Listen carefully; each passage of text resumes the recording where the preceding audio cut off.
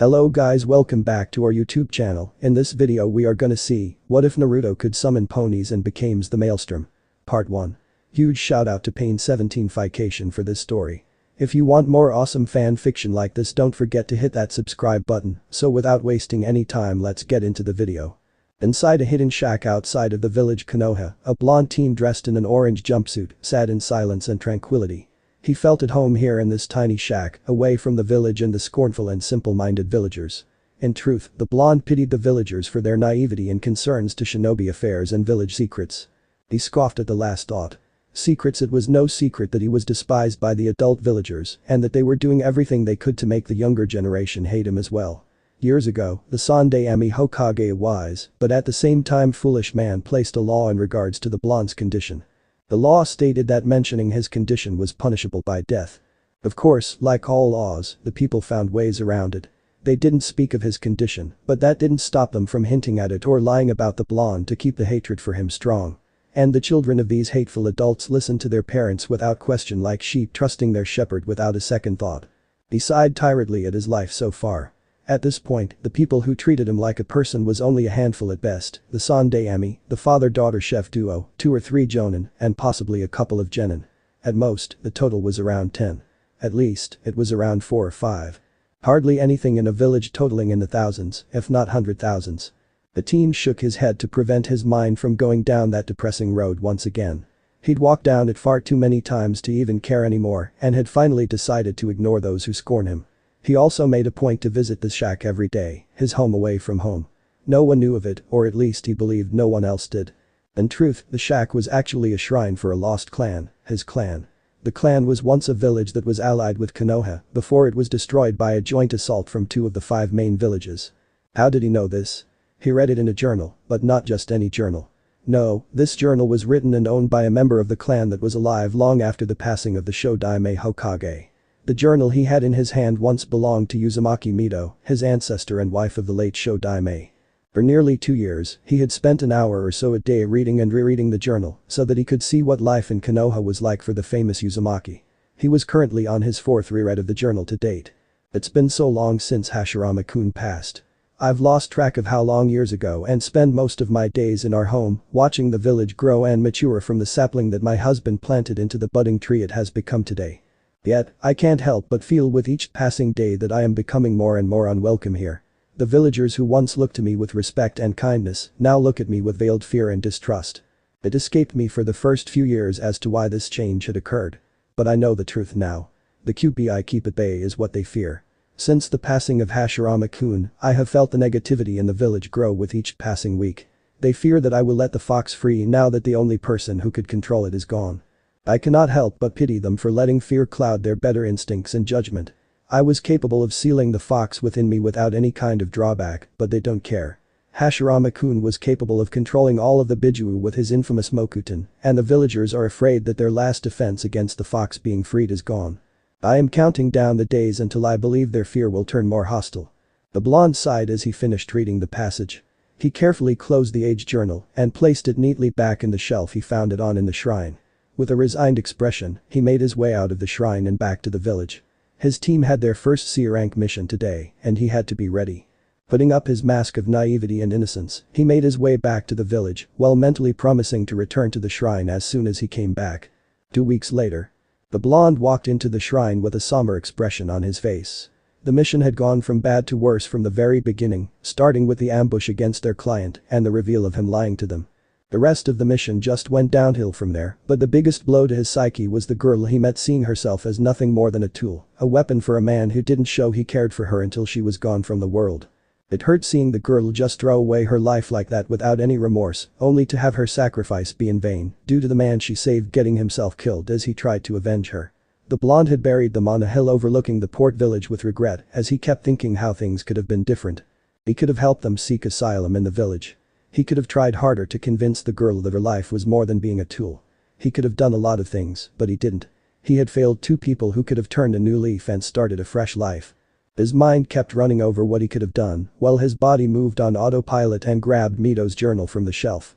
When he opened the book, his mind finally stopped thinking over the mission in favor of rereading Mito's thoughts. Hashina visited me again today. Such a sweet and spirited girl, she reminds me of how I used to be at her age. It pains my heart every time I think of how she may lose that free-spiritedness when the fox is transferred from my body to hers. My time is nearing an end while hers is barely beginning. A large part of me is very tempted to just let the fox reside in me as I pass on, but I know Hashirama-kun sacrificed so much for the fox to remain in Konoha. It seems petty and far too prideful in favor of the village to let this continue, but I can't help but want to honor my husband's sacrifice. He was a good man and he always had the intentions of the people over his own. A good man, a good husband. I have asked my friends to watch over Kushina and help her retain some aspect of love. It is something that I have noticed over the years I held the fox, love counters its hate, and so long as the container has love, the hatred will stay locked away. Celestia and Luna were more than happy to take upon my request, but they need Kushina to summon the contract in order for them to aid her. I still can't help but slap myself at the fact that I have forgotten where the contract resides. The one thing I believed I could do to help Kushina, and I don't even have the necessities to do so.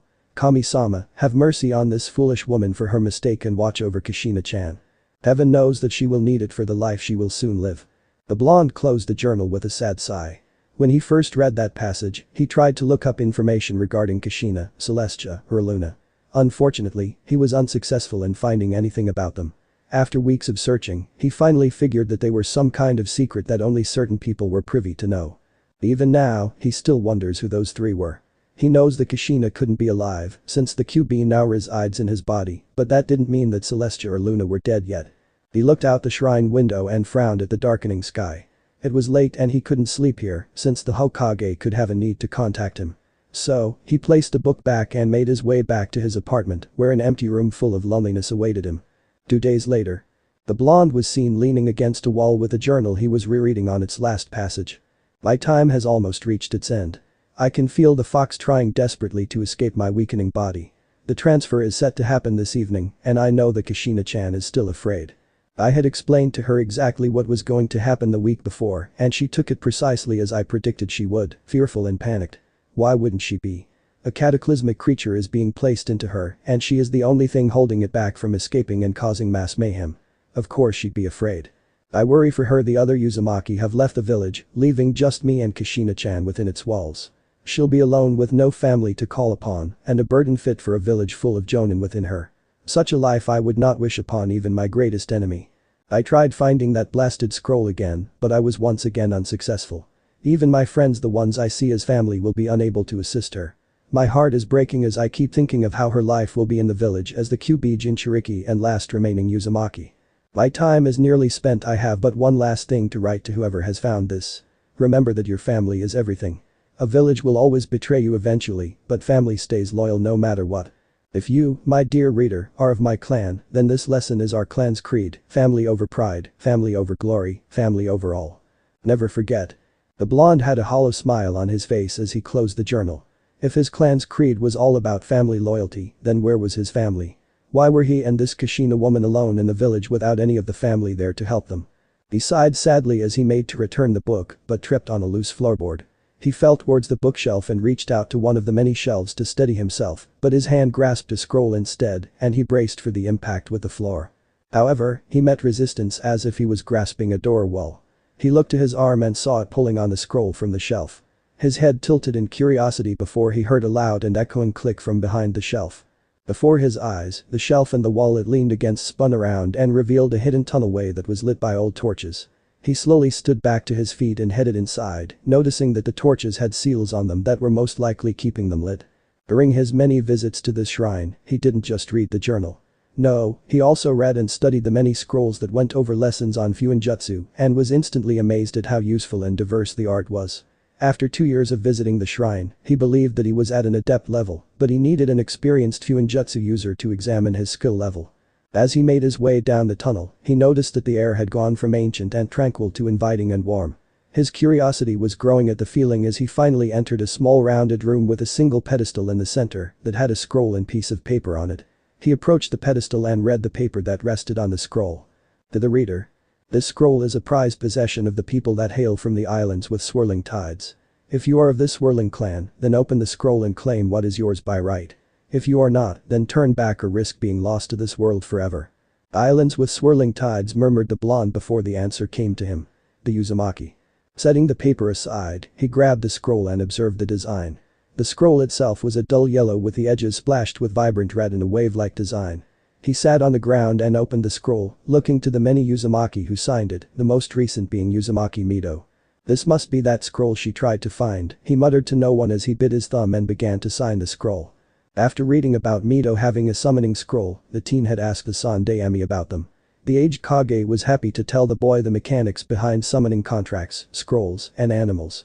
He told of how the scroll works, how each contract had a different sequence of seals, and how each summoning animal clan had different rules or guidelines for their summoners to follow.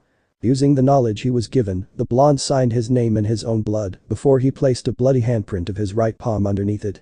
Just as he finished, he felt a pull on his form before he disappeared in a plume of smoke. Summon realm, moments before. In the throne room of a castle that rested on clouds, two creatures were having a calm discussion about the worrying news concerning their summoning race as of late. The first had the appearance of a large white horse. However, it also had a pair of white wings and a horn on its head.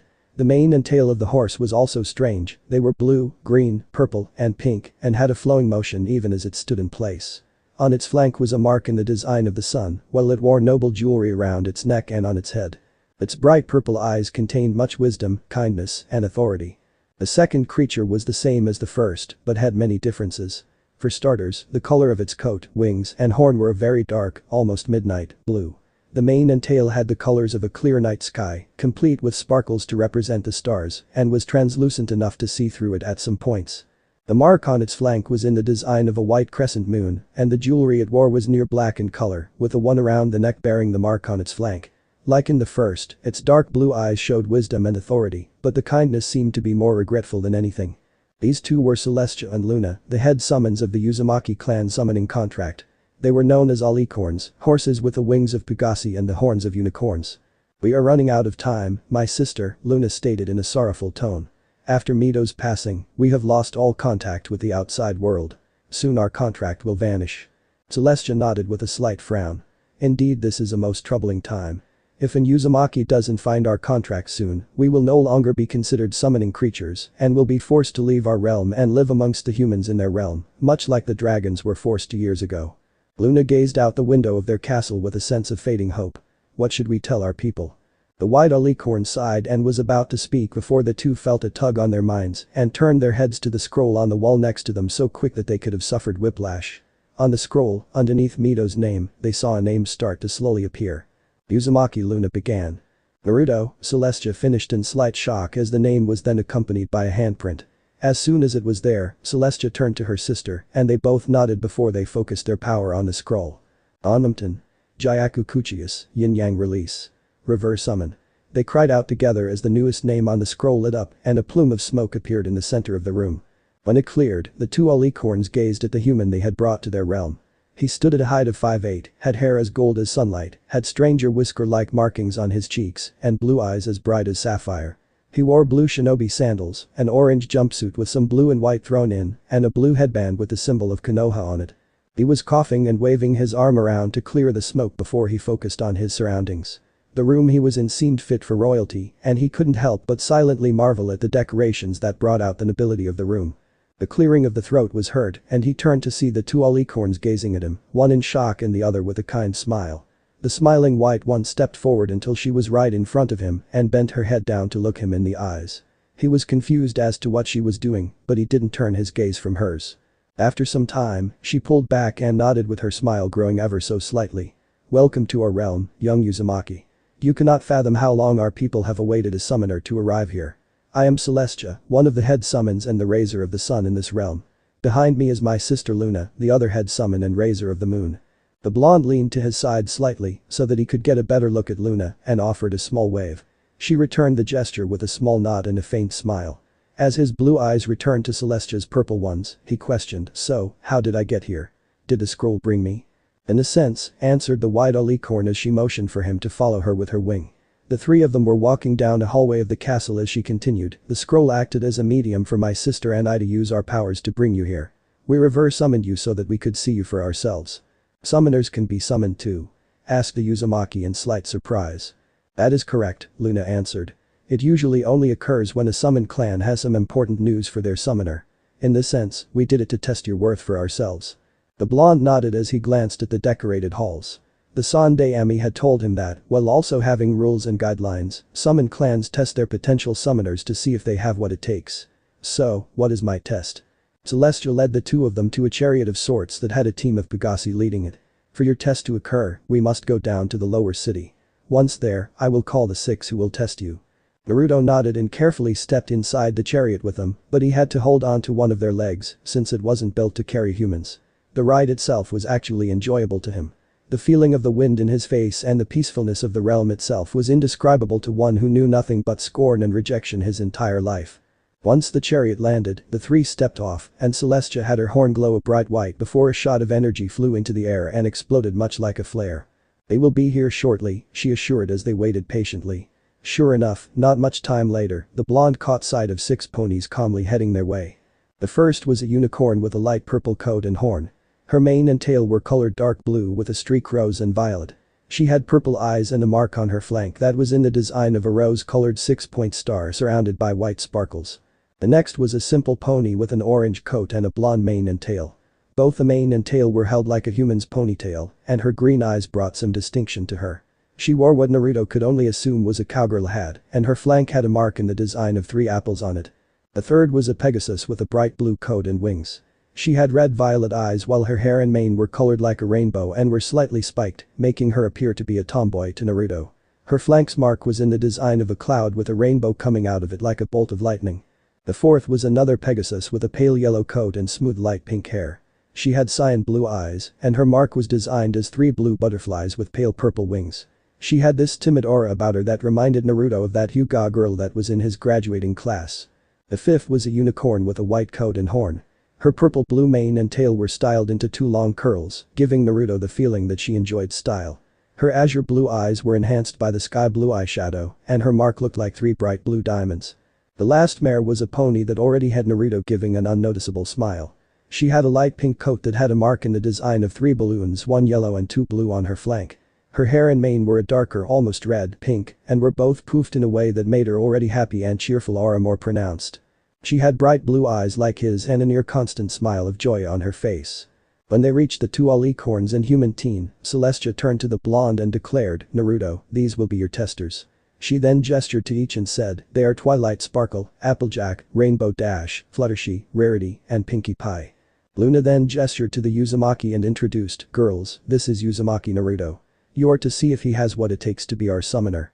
Twilight stepped up and asked, "How do we test him?" Celestia smiled and answered, "See if he has the qualities of the elements of harmony." While Naruto looked confused, the 6 mares nodded and Rainbow Dash stepped forward. "Okay, I'll go first. My element is loyalty, so let's see if you got what it takes." When he nodded, she asked, "If you had to choose between your home and someone you cherish, what would you choose?" His answer was immediate. "I'd choose my loved one. Mito-sama said that family is everything, and while I have no family of my own, I have those who I will protect with my life."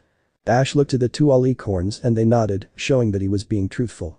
The Pegasus nodded to him and said, "You passed my test, Blondie." Applejack was next and she tipped her hat to him in greeting. "Alright partner, my element is honesty. I want you to tell me something truthful that comes from your heart or soul." The blonde looked slightly reluctant to do so, but he nodded. I hold the QB no Kitsune within me, just as Mito-sama and Kushina-san did in the past." The orange-coated mare looked to her leaders, who both nodded sadly, and offered the blonde her hoof. When he slowly grabbed it, she pulled him in for a gentle hug, surprising him greatly. "You have honesty, even amongst strangers. But you should also know that you have our support, Naruto. We don't see you as the fox and we never will, remember that." When they separated, the Uzumaki nodded to her in thanks while Rarity stepped forward. She spent a good 5 minutes circling him and humming in thought, while most of the other mares rolled their eyes at what she was bound to say. When she finally stopped circling him, she frowned slightly. "Well darling, I believe that a change of wardrobe is long overdue. Whether you pass or not, visit my store when we're finished and I'll see what I can whip up for you." "Okay," he said a little unsurely, making her nod with a smile. "Very good. Now dear, my element is generosity. Have you ever given or done something for someone with no expectancy of compensation?" The blonde closed his eyes and searched his memories before his first meeting with Haku came to mind. While his face grew depressed due to knowing she was dead, he answered, "Yes, I helped a girl look for herbs to help heal the one she cherished most. I never expected anything in return and just wanted to help her." After receiving confirmation, Rarity smiled and placed a hoof on his shoulder. When he looked into her eyes, she nodded to him. You are a generous man, Naruto, I can easily see that. You know what it's like to have nothing and strive to prevent others from experiencing that. You pass my test. The Uzumaki nodded in thanks as Fluttershy nervously stepped. He offered her a reassuring smile, which seemed to help her confidence as she spoke. My element, Naruto, is kindness. How do you treat those you meet? To be honest, most people I meet are not exactly kind to me. I tend to ignore those people now and treat those who see me as a person with respect. The yellow Pegasus nodded sadly. It is hard to be kind in a place that has none. But, as long as you have those who care, you will never lose that kindness. She then gathered up some courage and hugged him like Applejack did, surprising both him and the others. I can tell that you are a pure and kind person, Naruto. You have regrets about things you could have changed, but you were kind enough to give those people you think you failed a respectable send-off. His eyes widened at what she was getting at as she let him go. Those two Zabuza and Haku, they were your enemy, but you tried to help them turn over a new leaf. Kindness to your enemy is the greatest of all, Naruto. You pass my test. The blonde nodded as he wiped away a stray tear. Pinkie Pie was next as she bounced up to him with a smile. Hi, I'm Pinkie Pie. It's nice to meet you. He couldn't help but smile at her and greeted back, I'm Naruto. Nice to meet you too, Pinkie. She nodded and sat down in front of him. Okie dokie Loki, my element is laughter. Got any times where, instead of acting negatively, you smiled and laughed it off? He closed his eyes and thought over her question. One thing came to mind, but he was unsure if it would count. Well, before I started to just ignore the people who treated me unfairly, I used to prank them to get back at them. I had fun with my pranks and made sure that no one was hurt by them. He then looked at Pinkie with an anxious gaze. Does that count? The pink mare nodded. Yep. You could have made those pranks harmful, but you didn't and got a good laugh out of something that most people would be negative about. You pass my test. He nodded in thanks before she got in his face and asked, by the way, mind sharing your pranks with me? I always love a good prank. The others grew worried while Naruto actually grinned. Sure, I don't mind. The happy pony cheered before she went back to the others and Twilight stepped up. Okay, my test is actually very simple. My element is magic, so I want you to release as much energy as you can. Okay. The blonde nodded with a faint smirk before he made a ram seal and flared his chakra. To the others, it was like a tidal wave of energy flowed from him and washed over them.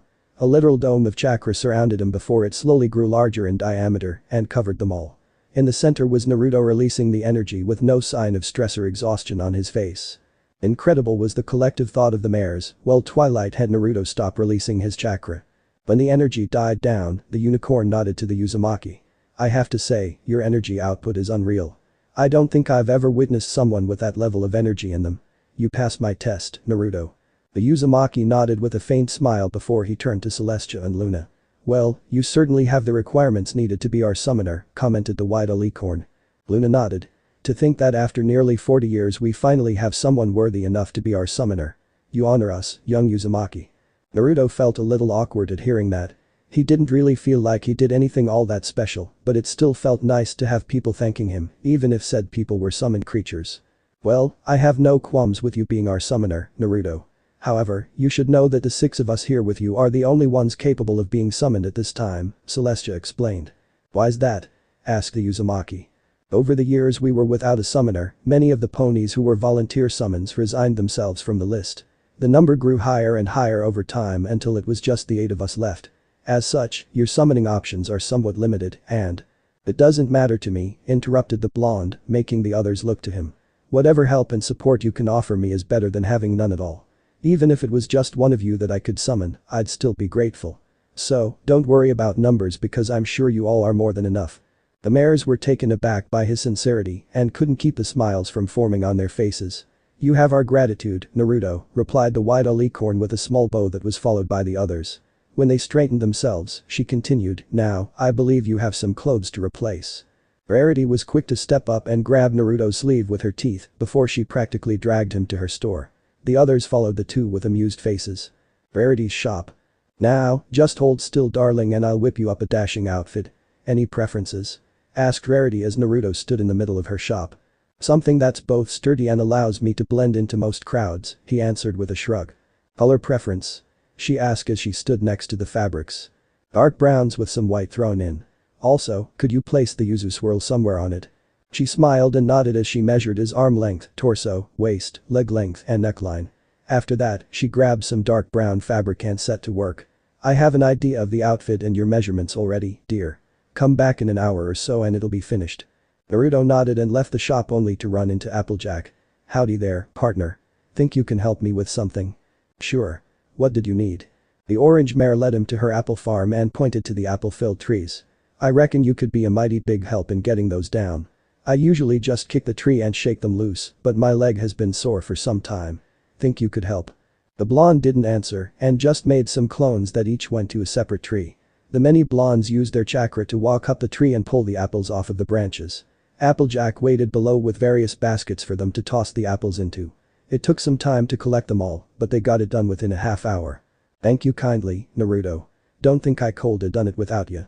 The blonde wiped some sweat from his brow and replied, no problem, Applejack. Glad I could help. Hey Blondie. Called out Dash as she descended from the sky next to them. Rarity said that she's almost done and that you could head back to her shop. I thought she said it'd take an hour. Applejack rolled her eyes.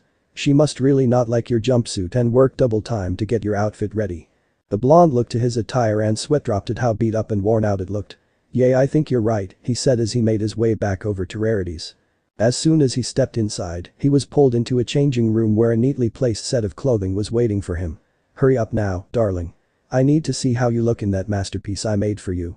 Naruto chuckled at her antics and stripped himself out of his jumpsuit before he grabbed the clothes and began putting them on. Unknown to him, the white unicorn had called over the others to see how he would look. When he stepped out, Rarity had a look of pride on her face as the others complimented the outfit. The Uzumaki was dressed in black boots and some gray-brown pants with a kunai pouch strapped to his right leg. Holding up the pants was a black belt with the Uzu swirl designed as a belt buckle. On his torso, he wore a white long-sleeved shirt underneath a greenish-brown collared vest. Over it all, he wore a dark brown-headed coat that reached the back of his knees and had the hood down behind his back. To finish it off, he wore white gloves on his hands that had the Uzu swirl on them in black. Naruto heard them murmuring amongst themselves and asked, so, how do I look? Celestia smiled to him and nodded. You look very sophisticated and professional, Naruto. You've really outdone yourself, Rarity. Thank you, my lady, replied the stylish unicorn. Now Naruto, those clothes have some mesh armor sewed into the fabric to increase their durability. I'll get to work on making some extras for you, but I must say that you look quite dashing. Thanks Rarity, said the blonde as he rubbed his head bashfully. He then turned back to Celestia and queried, so, what happens now? Now, we send you back to where you found the scroll. Be sure to keep it safe and remember where you put it. We don't want to risk waiting another 40 years before a summoner calls upon us again. At his nod, she continued, now, over the years we each have gained some experience in what you shinobi refer to as Kekkei Genkai. We won't go into details now, but you will see for yourself soon. For now, just continue your ninja career and don't hesitate to summon us, whether to have us assist you or to just talk. The blonde nodded again before he bowed respectfully to them all. You all have my gratitude. What you have done for me these past few hours is more than anyone has ever done. I promise not to tarnish the name of both my clan and your people. The others smiled at his promise while Pinky went up and hugged him. Be sure to have some fun, Naruto. You better not become a stick in the mud. He chuckled at her wording and replied, I promise, Pinky, so long as you and the others promise to be there for me when I need you. She smiled and declared, cross my heart and hope to fly, stick a cupcake in my eye. The other mares chuckled at the pink pony's promise poem before the two alicorns sent the blonde back. Luna turned to her sister and commented, he'll help us and his clan return to their former glory, I know it. The white alicorn nodded and added, not to mention we'll be with him every step of the way. At long last our bond with the Uzumaki clan will be reformed. Within the Uzumaki Shrine, a plume of smoke erupted and revealed a newly dressed Naruto. He coughed slightly as some dust mixed with the smoke and entered his lungs. Definitely not the best way to travel, he muttered between coughs as he made his way back to the Kouma contract. He removed the scroll from its pedestal and walked back into the main room of the shrine before he started to search for a sealing scroll. It took about 3 minutes before he found one and unsealed the contents of it. From the scroll came a book and a hyate with a Uzu swirl on the head plate. He pocketed the hyate before he sealed away the contract into the sealing scroll. Once he pocketed that as well, he picked up the book and looked at the cover. The Legend of the Rakuto Sennin, he read before he pocketed the book to read later. He gazed out the window and saw that it was barely around midday and decided to go visit the Ichiraku stand. His time in the summon realm left him quite hungry. Konoha streets. With his hood shadowing his face, the blonde Uzumaki made his way through the bustling people going about their everyday business. A sigh escaped his lips as he was bumped into by various villagers. The streets aren't usually this crowded, he mused with a slight frown. Something big must be going on. He finally made it to his favorite ramen stand and stepped inside before he could be bumped into once more. He noticed that Hotaki Kakashi, his sensei, was there and appeared to be waiting for someone, most likely him. Curious as to what the lazy jonin could want with him, he stepped up to the man while removing his hood. "Sensei, what are you doing here?" he asked in a calm tone, betraying the mask of idiocy most people were so accustomed to. The silver-haired man turned his uncovered eye to his blonde student and gave a curious glance to his attire. "Trying out a new look, Naruto?" The Uzumaki took a brief look to his new wardrobe and rubbed his head with a straight face. With a shrug, he answered, "I figured it was time for a change. Someone took the time to make this for me, and I think it's a lot better than my old jumpsuit." The jonin nodded before he gestured to the stools. "Why don't we grab a bite to eat while I tell you what's come up? I'll pay for your first 2 bowls." The blonde nodded in thanks, and the 2 shinobi ordered their food before Kakashi stated, "I decided to enter you and your teammates in the Chunin exams. I already told them about it and gave them the forms needed to enter." Sasuke seemed eager, not a surprise there, and Sakura looks unsure, but I don't think she'll back out. "I assume that the 3 of us as a whole are needed in order to take the test?" questioned the whiskered genin as Am brought them their first bowls of ramen. The jonin was slightly taken aback at both Naruto's calm demeanor and his observant question. "That's correct. If even one of you does not want to take them, then the other 2 can't take them either. It's meant to be taken as a team." The blonde finished his first bowl and nodded to his teacher. "I think we'll be taking it, sensei. As you said. Sasuke is eager, Sakura will most likely agree, and you should know my answer." The female ramen chef brought him his second bowl with a smile that he returned before he turned to face the one-eyed jonin. "The question I have for you, sensei, is if you think we are all ready." "Sasuke is ready due to having been trained at a young age, and I'm confident in my own abilities, but what of Sakura?" "What do you mean?" Naruto frowned and elaborated. "She shows no interest in training, knows nothing more than the academy jutsu and tree walking, and lacks any sort of drive save for trying to get Sasuke to notice her. How do any of these reasons make you believe she's ready?" Kakashi gave a slight frown at both the harsh reasoning and the truth in them. "You should have a bit more faith in your team, Naruto." "Why? Since when have they ever shown faith in me or ever valued my opinion?" "Admit it, sensei, they don't like me and would rather leave me to the wolves than risk their lives for me." "What about when Sasuke stopped those senbon from hitting you back in Nami?" The blonde scoffed and retorted, "I'm willing to bet my chances of becoming Hokage that he did that to put himself in a position to acquire his Sharingan. He got them on the mission, right, sensei? He probably risked his life for me just so that he could get them." Try as he might, the jonin couldn't find any argument against his student's reasoning. His uncovered eye looked into Naruto's blue orbs and saw nothing more than distrust and a small level of anger. "Look, Naruto, I know that you have more than enough reasons to doubt anyone ever helping you. But can't you at least try to give them a chance? You'll need to rely on each other for these exams." Turning back to his bowl, the genin replied, "I won't promise you that I'll put my faith in them, but I'll tolerate taking this stupid test with them." "That's all I ask of you, Naruto," stated the jonin as he placed enough money on the counter for the 4 bowls of ramen they both consumed as a whole. He then placed the sign-up form on the counter and left the stand. Am, who had been eavesdropping on their conversation, asked her surrogate little brother, "Do you think your team will pass, Naruto?" He sighed with a slight sag of his shoulders and answered, "It's hard to say. If my guess for what will happen is right, then Sasuke will declare himself as team leader, while Sakura will agree to anything he decides. Since I need them to take these exams, I'll just have to deal with it." The ramen chef placed a comforting hand on top of his and gently squeezed it. "I'm sure you'll do fine. Tusan and I believe in you, Naruto." The blonde looked to her with a small smile and nodded. "Thanks, Amni." He then stood up and made his way out of the stand. "Tell Pops that I said hi for me," he called out as he left. He carefully pulled the hood of his coat over his head as he weaved through the crowded streets and made his way to the Hokage Tower. He wanted to talk with the Sandaime and finally ask him a much-desired question. He made it to the receptionist after battling through the crowds for nearly 5 minutes, and she let him in with a small smile. While not overly supportive of him, she was civil with the Uzumaki and treated him like any other person. Naruto was then led inside the office and entered to the side of the aged Kage seated behind his desk with stacks of paperwork seated on top. "Naruto, what can I do for you?" asked the man with a smile. The blonde took a seat on the chair in front of the desk and looked to the Hokage with a straight face. "I have a question for you, old man." "Of course. What is it you want to ask me?" "What is my relationship to Uzumaki Mito and Uzumaki Kushina?" The old man raised a brow at the unexpected question and took his pipe out of his top desk drawer. What brought this on, Naruto? He asked as he lit his pipe and began to smoke from it. About 2 years ago, I came across this journal that told me about Mito-sama and Kushina-san. I was curious as to who they were and tried to find some information on them. Unfortunately, I was only able to get info on Mito-sama and couldn't find anything on Kushina-san.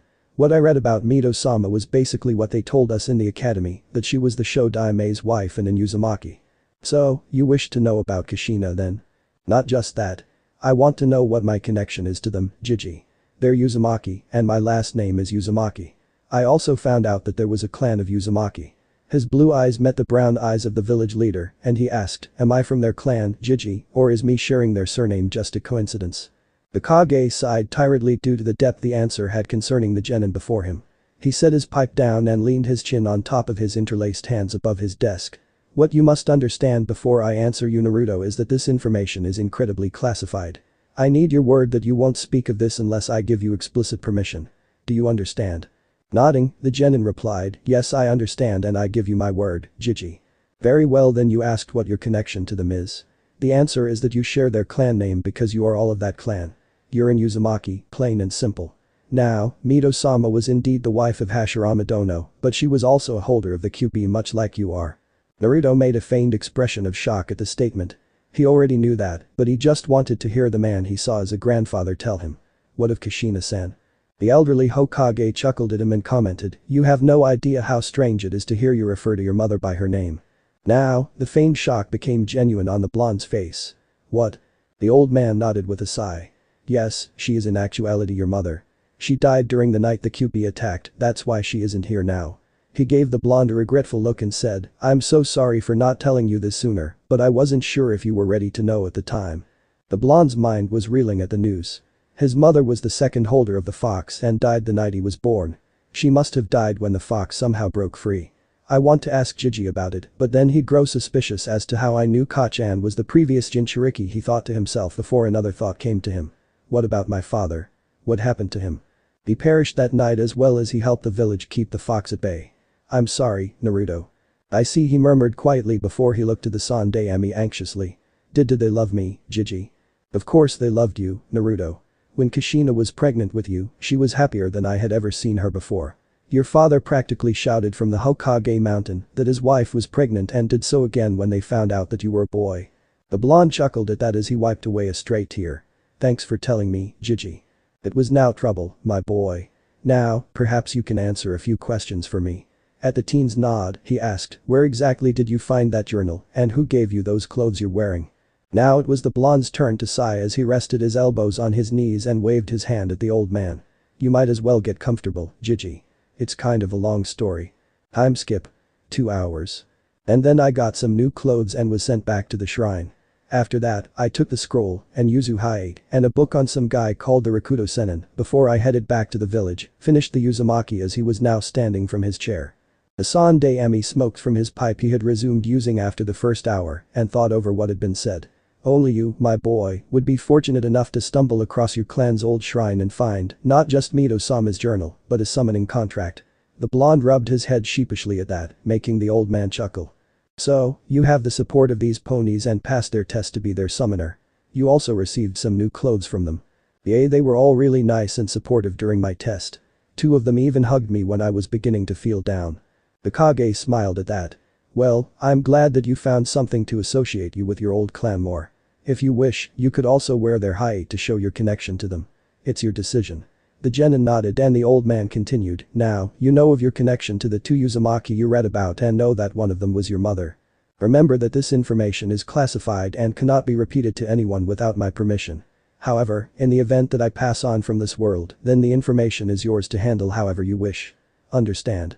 Yay, I understand, Jiji, replied the blonde with a bow as he made to leave the office. Before he reached the door, he turned back and said, and as a thanks for helping me, I'll tell you how to deal with your paperwork. He nearly busted up laughing at the near childish look of eager of the old man's face. Try using Kage Bunshin to get it done faster, Jiji, he suggested as he left. For the next 10 minutes after Naruto left, the receptionist heard a continuous banging from the Hokage's office, followed by consecutive shouts of, stupid. Academy, the next day. Naruto was leaning against a tree in front of the academy as he waited for his teammates to show up. It was the day of the Chunin exams, and the blonde still couldn't keep the look of annoyance off of his face as he thought of how his sensei gave him, and possibly the other two, the sign-up forms the day before the exams. I wonder if Pinky would mind helping me prank him for that. He internally mused before he noticed his Uchiha teammate walking up, followed closely by his civilian-raised one. With a resigned sigh, he pushed himself off of the tree and thought, showtime. What's with the new clothes, dope? Asked the Uchiha with a smug look. Finally decided to actually try to be competent. The blonde didn't grace him with an answer and just made his way inside. Sasuke took that as a win, while Sakura was annoyed that the blonde ignored her. Sasuke-kun. Once they went inside and climbed up a flight of stairs, they saw many genin from various villages gathered around a door marked 301. Naruto rolled his eyes at the attempt to deceive the potential test takers and made to walk past the others before he heard Sasuke open his big mouth. Take down that genjutsu. We're heading for room 301, not 201. Naruto slapped a hand to his forehead in frustration and tuned out what had happened next in favor of heading up the stairs to the real room 301. He leaned on the wall outside the door for over 10 minutes before Kakashi appeared in a shunshin and his teammates walked up, one looking worse for wear. Well, I'm glad that you all made it here, Kakashi praised. I was worried that I'd have to deny you entry. Naruto narrowed his eyes at the jonin in annoyance while he explained to the other two what would have happened if all three of them didn't show. With his explanation finished, he wished them luck and left, allowing them to step through the doors and into the examination room. They were instantly glared at by the various genin, making Sakura nervous, Sasuke eager, and Naruto just plain bored. He'd seen worse glares from the villages, since their glares were full of hatred, while the glares the genin gave were of annoyance. Sasuke-kun. Cried a girl as the Uchiha had to suddenly deal with extra weight on his back. A blonde teen dressed in purple was hugging him from behind, making Sakura grow incredibly irritated. "No pig, get off of Sasuke-kun," she yelled. "Make me, billboard brow," retorted the blonde as she blew a raspberry like a 5-year-old. Naruto rolled his eyes at them and just pulled out the book on the Rikudo Sennin and began reading. He was still surprised that the Sandaime didn't take it from him, but he wasn't going to complain. Troublesome, muttered a lazy voice as the blonde Uzumaki gave a sideways glance to Ino's teammate, Narashikamaru. Next to the lazy genin was Akamichi Choji, a heavisate genin with a heart as big as his appetite. "So, you're here too, Naruto?" The whiskered genin just nodded as he went back to reading his book. Shikamaru was one of the only genin who saw through his idiot facade, Aburami Shino being the other. "Yahoo, we found you!" yelled an exuberant teen as he and his teammates approached the rookies of the Leaf. This was Inyazuka Kiba, a boisterous genin from Naruto's graduating class. Flanking him were Hyuga Hinata, a shy but kind-hearted girl, and Shino, a silent but intelligent teen. "Quiet down," admonished a new voice, making Naruto turn his gaze away from his book and see a silver-haired Konoha genin wearing purple clothes and some glasses. "You're making a scene and basically putting a target on your backs." "Oh yay, who asked you?" retorted the Inyazuka with a bark of support from his canine partner, Akamaru. The genin sighed as he introduced himself. "My name is Yakushi Kabuto, and you can call me your go-to guy for these exams. I've taken them at least 7 times and failed each time, so you should have an idea of their difficulty." Hinata poked her fingers together nervously. "Do you think that it was a good idea to sign up for these if they're that difficult?" Kabuto smirked and pulled out what looked like playing cards. "Tell you what. Since you guys are obviously rookies, I'll help you out. These cards have information on any genin you're interested in as well as info as to which villages are taking these exams." "What villages are having genin take the exams?" questioned Naruto, making the others turn to him. Most were wondering what was up with the new clothes, while Hinata blushed at his more professional look.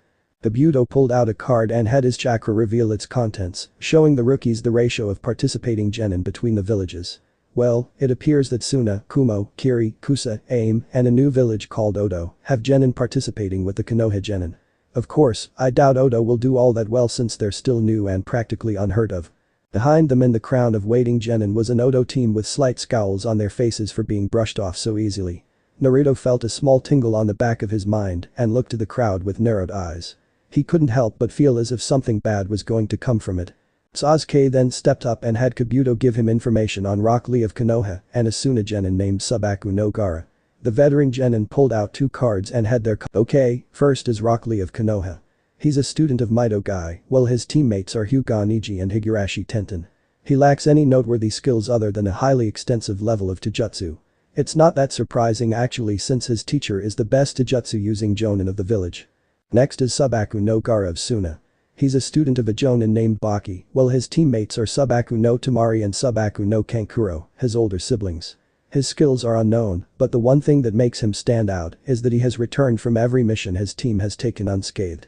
Naruto perked up at that and looked at the picture of the Suna genin before he searched the room for him. When he found him and the two locked eyes, Naruto felt another tug on the back of his mind that reeked of negativity. This guy, he's definitely not one to take lightly or piss off, he mentally noted before he heard quick movement and saw the Odo team try to get Kabuto. The blonde saw the veteran genin dodge with ease before his glasses cracked and he fell to his knees, releasing the contents of his stomach in the process. Damn sound-based attacks. Fitting since their village is named Sound. The next thing that happened was a large plume of smoke appearing at the head of the room near the board. From it came a man dressed in black clothing and many chunin dressed in tan Konoha uniforms. "Alright you little shits, my name is Marino Ibiki and I will be your first examiner," yelled out the man in black. "You three of Odo, this is your only warning. No fighting amongst the genin unless we tell you it's permitted." The Odo genin dressed like a mummy gave a look that hardly seemed apologetic. "Sorry about that. We're just dealing with last-minute jitters." Ibiki grunted in annoyance before he had the genin all take a number and take their designated seats. Naruto found himself seated in the center row next to the retied Suna genin. "Swell," he mentally thought sarcastically. "Alright maggots, the first exam is a written test." Many students groaned at that while Sasuke and Sakura glared in Naruto's direction. Said blonde mentally sighed at the lack of faith from his teammates. "Now, these are the rules for this exam. Each genin team passes and fails as a whole, each genin has 10 points at the start and a genin will be sent out of the room if caught cheating 3 times along with their teammates. There are 9 questions on the paper, while the 10th and final will be brought up afterwards.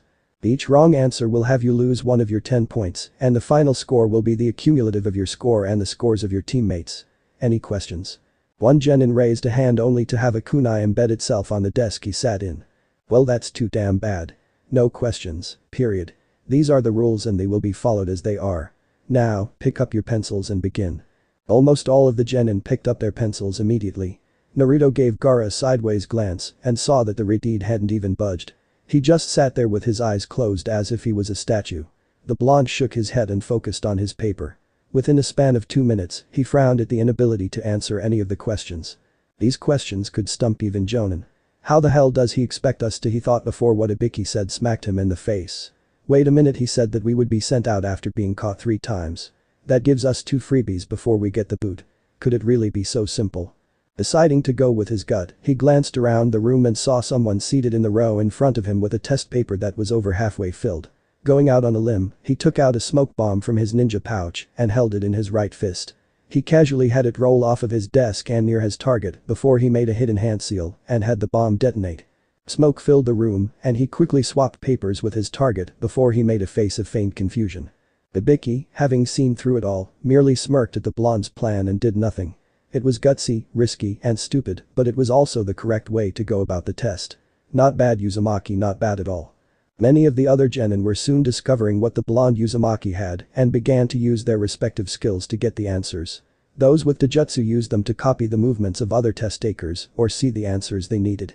Those who were book smart, like Sakura and Shikamaru, had no real issue putting down a few answers. Hiba and Shino used their respective animal companions to help them find the answers. Ino waited for Sakura to finish her test before she used her clan's jutsu to invade her mind and body. She then memorized the answers and returned to her own body before entering Choji's and writing the answers for him. Denton helped out Lee with the use of wires and mirrors hanging on the ceiling to look at the reflections of test papers. The Odo genin used chakra to enhance their hearing and follow the flow of writing from other test takers on sound alone. Kankuro feigned having a need to use the restroom and had a chunin take him. Ibiki easily saw that the chunin was in actuality the Suna genin's puppet, but he kept quiet. Damari patiently waited for her brother to return with the answers written on a small scroll as they planned using gestures. As for Gaara, he used sand to make a third eye that flew through the room and gazed at the answers for Gaara to write down. When Kankuro returned, Ibiki called out, "Alright, pencils down." The genin all complied before he continued, "Okay, the final question has an extra rule." This was met with much complaining and yells before he silenced them all with a burst of killing intent. "Shut your damn mouths. I'm in charge here, so I make the rules. Now, the extra rule is in truth a choice. You choose whether or not you take the question or not." "Why wouldn't we take it?" scoffed Akiri genin, making Ibiki give a cruel smirk. "Well, if you take it and fail then you basically give up ever becoming a chunin for your entire career." "Say what?" yelled a name Kunoichi. That's fucked up, you bastard. Cried Kiba with Akamaru barking in agreement. The other genin voiced their disapproval with the extra rule before the man shut them up again. Listen, your village leaders all know of this rule and have agreed to it. So, your choice is now in front of you. Those who do not wish to take the question, leave now and take your teammates with you. Within the span of 5 minutes, over half of the teams taking the test left the room. They had looks of regret and worry on their faces, making Naruto grow concerned about his chances. He looked to his teammates and saw Sasuke giving a facade of calm that was easily noticeable, while Sakura looked incredibly nervous. Her green eyes locked with his blue ones, and he slowly shook his head, making her look at him as if he were insane. He ignored that look as he faced the front again. So, still a few of you left, huh? Asked Ibiki rhetorically. Well, not much left to do now except pass you. The silence of the test takers reigned over the room, making the examiner and various chunin smirk. Finally, it was broken by Kiba standing from his seat and pointing at Ibiki accusingly. What the fuck, man? You scare the crap out of us and make us choose to take the test only to just pass us. That's correct, brat, answered the bear of a man. There was no real 10th question. It was merely to test you psychologically and see if you had the mentality to put aside everything for the sake of the mission. There will be times when you take a mission with incredibly high risks and you're given the choice to go through with it or not. Showing that you're willing to do it proves that you have the mentality of a chunin who is willing to face the risks, he stated as he removed his bandana, showing his burned and scarred head, even if the risks scar you. Temari raised her hand and asked, then what was the point of the other 9 questions? Ibiki chuckled at her, making her growl in annoyance. The point was to test you all on your skills in information gathering, a common mission chunin will be assigned. You see, my testing methods were not wasted in the slightest on you genin and you all prevailed. So, you all passed the first exam. As soon as he finished, a black bundle crashed into the room and burst open. Kunai stabbed the corners of the open cloth to the walls and allowed the genin to read the banner it was revealed to be. The second examiner. The sexy and single Mitarashi Anko. Read the banner while a woman with purple hair stood in front of it. She had her hair styled in a fan-like ponytail, had brown pupilless eyes, and a killer body. She wore blue shinobi sandals, an orange skirt that fell just above her knees, a mesh armor shirt, and a tan trench coat over it all. Alright you little brats, this isn't time to celebrate. Exclaimed the woman before she pointed out the window she broke through. The second exam begins now, so follow me. Almost all of the genin looked to her like she was crazy, while some stayed quiet. Naruto couldn't help but think that Pinkie Pie would enjoy this kind of entrance and made a mental note to tell her about it later. Ibiki poked his head out from behind the banner and muttered, "You're early again." She turned her gaze from the window and glared at him before she looked at the clock. Her glare turned into a sheepish grin when she saw that he was right and she rubbed her head in embarrassment. Whoops. I thought I was on time. Ibiki sighed in slight annoyance while Naruto and a few others chuckled. At any rate, you have your work cut out for you, Anko. These genin are tougher than they look. Is that so? Asked the woman with a growing grin. Well, I guarantee that this number will be cut in half by the time they're done with my test. Now, hurry up and follow me, you little brats. She exclaimed as she jumped out of the window with the genin quickly following her. They all traveled to Training Ground 44, where many other chunin, and even 2 Anbu, were waiting for them. One of the chunin walked up to Anko and said, "Mitarashi-san, we are ready when you are." Glad to hear it, she replied before she turned to the genin. This is Training Ground 44, otherwise known as the Forest of Death. It is here where your second exam will take place. And what exactly is the second exam? Asked an AIM genin. The Takebetsu jonin smirked at the question. You can think of this little test as a beefed up game of capture the flag. Each of your teams will get either an Earth Scroll or a Heaven Scroll to guard. Your objective is to get the scroll you do not have and bring both to the central tower in the forest before 5 days pass, or 120 hours. If any of your teammates if left behind in the forest or dies, you will be disqualified. And if you open any of the scrolls before you bring them both to the tower, you will be disqualified. Understand? Many of the genin nodded and were then given waivers to sign, so the leaf wouldn't be responsible for their deaths. Once a team had all of their members sign a waiver, then they were given a scroll. Naruto's team was given an Earth Scroll to hold onto, something Sasuke declared he would do. Sakura was quick to agree while Naruto just stayed quiet so that he wouldn't have to deal with them getting mad at him. While waiting for the other teams to get their scrolls, Naruto moved out of sight and went through a few hand seals before he bit his right thumb and slammed his palm on the ground. Kuchius no jutsu, he muttered quietly so that he wouldn't be heard. From the smoke came Rainbow Dash, who looked confused as to why she was there. "Hey Naruto, what's up?" asked the Pegasus. "Hey Dash. I need your help for this part of my exam." "What exam?" We're in the middle of the second test of the Chunin exams and we're being sent into this forest. I need you to go inside and wait for me to enter with my team. When we do, I need you to tail us and watch our backs. Think you can do that?" She smirked and spread her wings out fully. "Not a problem, Blondie. Just leave it to me," she exclaimed before she entered the forest in a blue blur. Luckily for Naruto and Dash, none of the Chunin noticed, which allowed her to wait for Naruto and his team to enter without an issue. "Alright, now that everyone has their scrolls, let me give you all one last piece of advice," exclaimed Enko, getting the attention of the genin. "Don't go dying on me because I don't want to waste my time looking for your carcasses. Now, move your asses. Test 2 has now begun." The gates to the forest all opened and the genin raced inside to begin their test. Dash grinned at the thought of getting to fight alongside her summoner and quickly began following him and his team. Said summoner discreetly looked back and winked at Dash before he refocused on the path ahead. Let the games begin. Team 7 leaped through the trees of the infamous Forest of Death as soon as the second exam started. Unknown to two of its members, a certain Pegasus was right behind them, keeping an eye on her blonde summoner. Rainbow Dash could easily feel the hostility between the members of the team. Naruto couldn't tolerate them because they belittled him all of the time, and they couldn't tolerate Naruto for being weaker than they were. The Pegasus shook her head with pity for her summoner. Clearly he got the short end of the stick in terms of teammates. And all because he's a Jinchuriki and hated by his fellow villagers. It's not fair, she mentally fumed. She couldn't understand why he didn't seem to care about the hatred towards him. If she was in his shoes, she'd have most likely lashed out and gave into her frustration a long time ago. But then again, that wouldn't be the best way to go about it, she thought with a sigh. Truly, her summoner had a will of iron to have held out for so long. "We need to stop," Naruto called out suddenly. "Why dope?" asked Sasuke in annoyance. He didn't like having Naruto try and tell him what to do, especially when the blonde was just a no-name loser. "I have some business to take care of," was the blonde's answer. "Business? We're in a forest, you baka. What kind of business could you possibly need to take care of?" The Uzumaki rolled his eyes in annoyance and answered in a tone that would seem like he was speaking to a naive child. "I need to take a leak, Sakura. What other business could I be talking about?" Sakura blushed at his answer before she growled at him in anger. "Gross. You don't just say that to a lady, you disgusting pig." Ash really didn't like how Sakura was talking the blonde. Even she could tell what he meant, and the pink cat was seriously overreacting. How does Naruto put up with her? "Just hurry up, dope," Sasuke ordered as they dropped to the forest floor and the blonde walked into the foliage. As soon as he was gone, Sasuke leaped back into the trees with Sakura quickly following him. Ash glared at them from her position and muttered jerks before she followed after her summoner. She didn't have to go far and found him seated near a small pond, watching the small fish swimming in the water. "They just ditched you, Blondie," she informed him. I knew they would, which is why I made up that excuse to leave them," he replied, while patting the ground next to him. Dash knew what he meant and sat down next to him. "So, care to tell me about yourself?" "Where did that come from?" asked the Pegasus in amusement. He shrugged and replied, "I just thought that we could get to know one another, since you and the others are my new partners.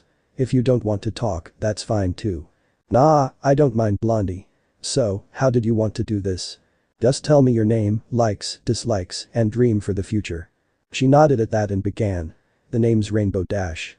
I like flying, fixing the weather in Ponyville, my friends, and doing stuff that's cool. I dislike boring things, jerks, those who abuse their power, and those who mistreat others. My goal is to meet some pony special and start a family." "That's a nice dream, Dash. I'm sure you'll meet somebody who means a lot to you," the Uzumaki said sincerely, earning a grateful look from the Pegasus. "Thanks, Blondie, your turn now." "Okay, my name is Uzumaki Naruto. I like to read, study Fuinjutsu, the rare few people who care about me, and finally you and the others for helping me. I dislike those who see me as the fox, those who hurt my precious people, being unable to stand up for myself, rapists and perverts. My dream for the future." He stopped, making Dash look to him in concern. "It was to be Hokage, but I know it won't ever happen. Now, my dream is just to find a place where people accept me and I can live in peace." Ash looked at him sadly and was about to speak before they both felt the ground rumble and heard a loud hiss. They looked across the pond and their eyes widened in shock as a giant brown snake slithered from the foliage, easily towering over them. "Not good," muttered Naruto as he pulled out a kunai and quickly wrapped a seal tag on it. "Dash, I need you to help me get to its head." "On it, Naruto," she replied as she grabbed the back of his coat with her teeth and tossed him onto her back. In a blur of speed, she shot up into the air before she dive-bombed toward the giant snake. Naruto had her roll forward until her back was facing the snake's head and he kicked off with the kunai in his hand, glowing a bright blue. Unfortunately, the snake had quick reflexes and suddenly lunged its head upward with its jaws wide open. Naruto stared into the snake's open maw and scowled at the obvious outcome. Shit, he mumbled as the snake clamped its jaw shut and swallowed him whole. Naruto! Cried out Dash in worry as she rapidly flew at the snake and kicked its body repeatedly with her hooves. Let him go. She shouted between kicks. Inside the snake, Naruto hissed at the burning feeling of the digestive fluids and stabbed his kunai into the skin. The seal tag on the knife lit up before a burst of electricity surged through the snake's body, making it convulse in pain. He then formed a cross seal and yelled out, "Taj Kage Bunshin no Jutsu, mass shadow clones." From Dash's point of view, she saw the belly of the convulsing snake slowly expand further and further to the point that it looked like it would pop from the pressure. Unable to take the pain from being overstretched, the snake disappeared in a plume of smoke, leaving nearly 100 Naruto clones to fall to the ground, with their clothes covered in fluids. Ponyville, Rarity's boutique. A certain white-coated unicorn suddenly stiffened and narrowed her eyes. Some pony has ruined the clothes I have made for them. When I get my hooves on them, she left the thread hanging while she shook her right front hoof threateningly. But Naruto and Rainbow Dash. As he dispelled his clones and Dash landed next to him, Naruto pulled at his clothes and sighed. Dash. Yay? Rarity's gonna kill me, isn't she? He deadpanned. The Pegasus's answer was a sheepish look as she rubbed her head with one of her front hooves. 10 minutes later. Okay, I think that's the best I can do, Naruto muttered as he was now standing in the clearing with his clothes soaked from the water used to clean up the digestive fluids. Hold still, Blondie, I'll dry you up, Dash stated as she began to fly around him at high speed, forming a small funnel of rainbow-colored wind. When the funnel died down, Naruto was dry, while his naturally spiky hair grew even wilder. He shook his head to fix his hair and said, "Thanks Dash. Now, let's go find my teammates." "Right," murmured Dash with a small frown, still remembering that they ditched Naruto who could have died by that snake. The Jinchuriki and Pegasus blurred through the trees in search of Sasuke and Sakura, the blonde somehow knowing where to go due to a feeling in the back of his head. He sensed a dark and cruel energy source and couldn't help but think that his teammates were near it. They finally stopped when they were around 30 feet away and peered through a bushy tree branch. They saw Sasuke and Sakura standing on another tree branch across from a woman with a kusa headband on her forehead. Naruto couldn't stop the bead of sweat that formed and rolled down his cheek as he felt that the source of the cruel energy was from the woman. "Who are you?" Sasuke asked in fear, surprising Naruto greatly. "What do you want with us?" The woman chuckled, sending chills down the backs of the 3 genin and 1 Pegasus. "Ah, such good questions from you Sasuke," commented the woman with a distinct hiss when she said the Uchiha's name. "You look so much like your brother, Itachi." Naruto frowned at that. How did this woman know of the infamous killer of the Uchiha clan? "You know of Itachi?" asked Sasuke, his fear replaced by rage. "Where is he? Tell me right now." Now, Sasuke, I still need to answer your earlier questions," chastised the woman with a cruel smirk. "Naruto," shivered Dash. "This chick is creepy." "Yeah," agreed the blonde as he kept his attention on the conversation. "As for your first question, my name is Orochimaru," said the woman in a much more masculine voice. Naruto froze and started to pale in fear at the name. His mind worked into overdrive as he thought over his options and any kind of strategy for him and his teammates to get out alive. However, one thing came to his mind first. "Dash," he began, getting her attention. "I want you to dispel yourself right now." "What?" she asked in shock. "Why would you have me?" "This guy is dangerous, Dash, really dangerous. That snake we dealt with earlier was one of his summoned creatures. I want you to get out of here right now." "I'm not leaving you, Naruto," she adamantly refused. "I won't do that to you, I won't be like your so-called teammates." He smiled sadly at her loyalty, easily seeing that she really was in touch with her harmonic element. He then surprised her by hugging her, and she slowly returned it unaware of him holding up a half-ram seal. "I'm sorry, Dash," he whispered, making her eyes grow wide. "Naruto, don't," she tried to yell, but it was halted by her disappearing in a plume of smoke. "I hope that, if I live through this, you can forgive me," Dash muttered Naruto as he readied another kunai with a seal tag and made his way closer. He saw that Orochimaru was finishing his explanation as to why he wanted Sasuke, something about needing his eyes, and mentally prepped himself to strike. "Everyone, if I don't make it out alive, I just wanted to say thank you," he mentally prayed as he envisioned the people close to him. Visions of the Sandaime, the Ichiraku chefs, and the ponies filled his mind, followed by shadowed silhouettes of 2 figures meant to represent his parents. "Thank you for seeing me as Uzumaki Naruto and treating me like a normal person. This might be my last battle, so I will go down fighting to protect you all." Wiping away the stray tear that threatened to spill, Naruto set his face into a determined frown and leaped out of the tree he was in, gaining the attention of the 3 below him. Orochimaru narrowed his eyes slightly at the sight of him. The QB brat probably got lucky and escaped my snake. He shouldn't be much of a bother, thought the disguised Sannin before he saw Naruto throw down a kunai and fly through hand seals. Kunai Kage Bunshin, kunai shadow clones. Cried the blonde as the single kunai multiplied into 20 and he held up his hands in a ram seal. Fuinjutsu. Rihara, sealing arts. Lightning field. The seals on the kunai all lit up and lines of electricity linked between them all, making a literal web of lightning that was quickly descending down toward Orochimaru. Said Snake Man frowned at the technique before he disappeared in a swirl of leaves, letting the lightning web cleanly slice through the tree branch he was on, letting the scorched pieces fall to the forest floor. He reappeared on another branch away from the damage with an impressed look on his face. Not bad, however, I thought he was supposed to be incompetent. Naruto landed on the tree branch his teammates were on and readied a kunai with a different seal tag on it. Sasuke, Sakura, I need your help if we want to get out of here alive. Alright? He asked and was met with silence. He froze in shock before he slowly turned his head to look over his shoulder and saw that they were gone. They left me again. He mentally raged while Orochimaru cruelly laughed at him. Isn't that something? Asked the man between laughs. You risk your life to help them and they leave you to die, like a pack of wolves leaving the weakest link. Naruto didn't respond, too angry at how foolish he was. I can't believe I actually thought they'd stick around to help me, I'm such a dumbass. Why the hell would they care about me? Well, I suppose I should commend you on your impressive display earlier, Naruto. The blonde broke out of his thoughts as he heard his name. How do you know me? The Sannin chuckled as he removed the face of the woman he was impersonating, revealing pure white skin and yellow, snake-like eyes. I know quite a bit about you, my boy, more than you even know. He chuckled again as the blonde tensed and readied his kunai. Haven't you ever wondered who your parents were, Naruto? Of course I have, retorted the Uzumaki. What orphan wouldn't? True, but what if I told you that I know exactly who they are? I already know who they are. Naruto yelled back, half lying since he only knew of his mother. You're not a very good liar, Naruto, retorted the snake before he looked thoughtful. Well, that's not entirely true. You seem to only be partially lying to me, so tell me, which parent do you know? If I had to guess, I would assume that it's your mother Kushina.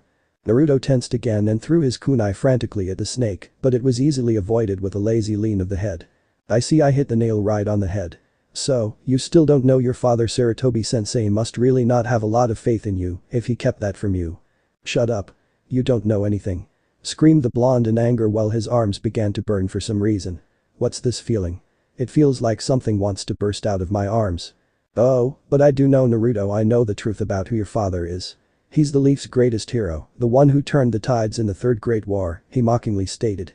Naruto couldn't think of who the snake was referring to, since the pain in his arms was intensifying dramatically.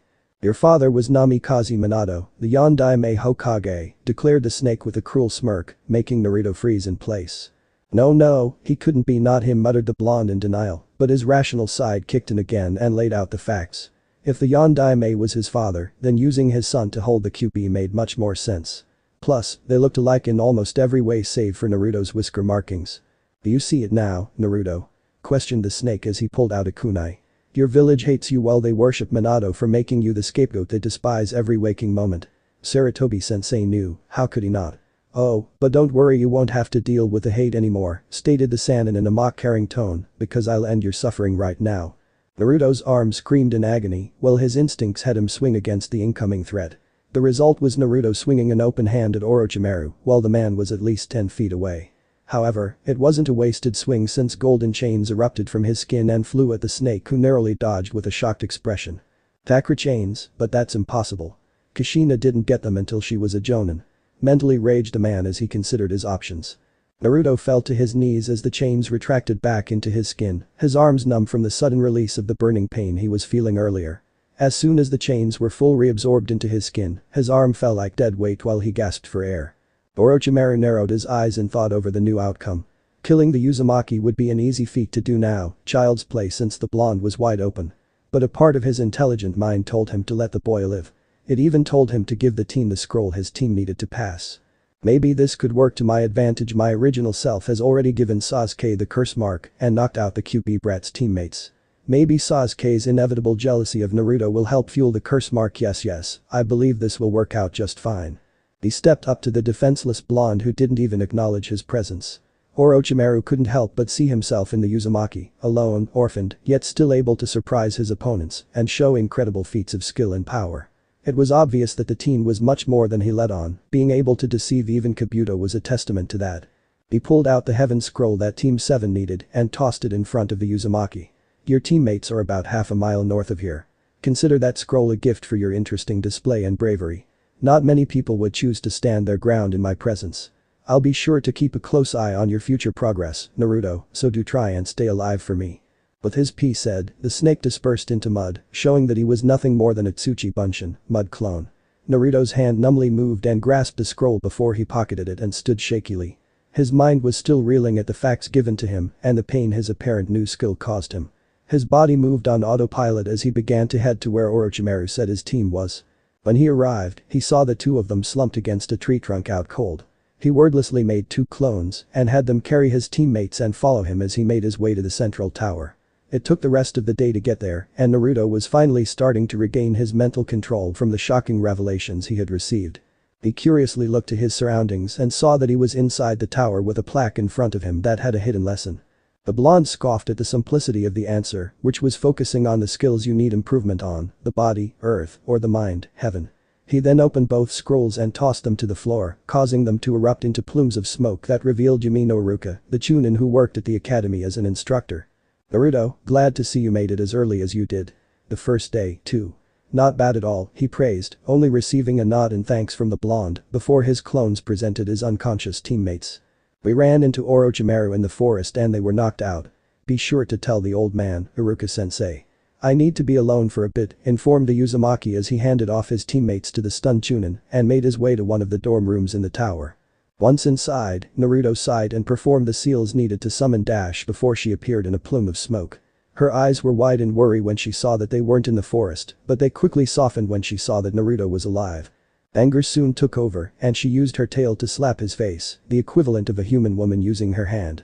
Naruto didn't seem fazed by it and merely let her strike him with a dead look in his eyes. Dash didn't seem to notice due to her anger. Damn it, Naruto. I told you that I wasn't going to leave you, and what do? You send me back and leave me worried sick. Then, you don't even summon me back until you apparently finished your test. What the hell is wrong with you, huh?